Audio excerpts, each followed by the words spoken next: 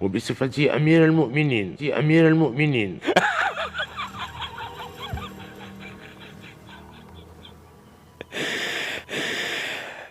إنها لأضغاث أحلام.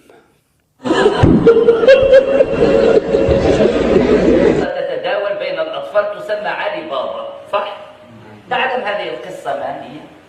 هذه القصة تراها أنت هي صور كرتونية، صح؟ أو قصة وهمية. لا يا ابني، أنت هو الوهم. علي هو سيدنا علي. الله يوفقك يا وجه القرد، الله يقطع هذا الوجه، لأن الله هذا استغفر الله كأنها زحلفة مترملة يا الفاشل. وبابا هو أبي علي. والله لو أنا منك لا أفقع وجهه ببس أهد ضروسه.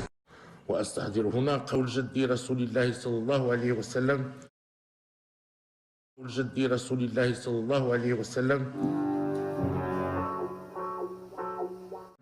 اللهم كثر حسادنا. نعم،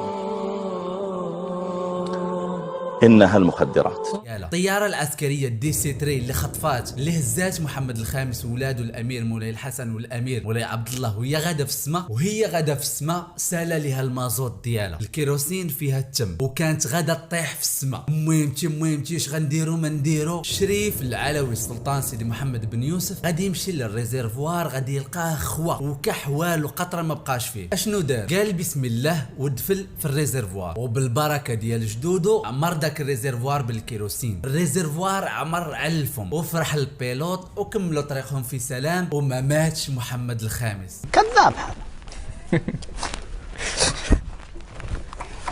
هذا كذاب منتهي، نصدقه بعد حنا؟ هذا كذاب. منين وصلوا لجزيرة كورسيكا فيها الخلو والقيفار، دخلوه لواحد البيت بحال السيلون فيه القرياجات ديال الحديد، وجابوا واحد السبع شهرين ماكل اللحم ودخلوه للسلطان باش ياكلوا. يعني جابوا سبع جيعان باش يقتل السلطان وياكلوا. لكن المعجزة اللي غطرا ان سيدي محمد بن يوسف ما خاف ما دهشر ما والو، قرا القرآن وقال بسم الله ودوز يديه الشريفة على السبع وقال له اقعد. السبع هو يدخل نيابو وزقا وتكالما وريح في الارض وبدا تيبكي.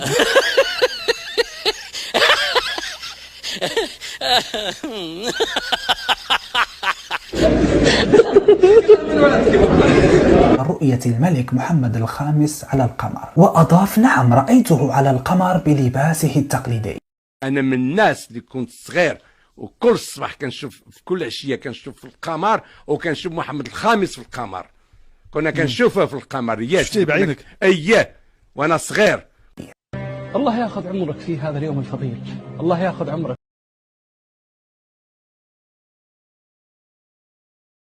الناس الحومه كنشاورهم والهيج والترك عارف. عاش الملك وعاش محمد السادس مهلي فينا باش الله اعلم.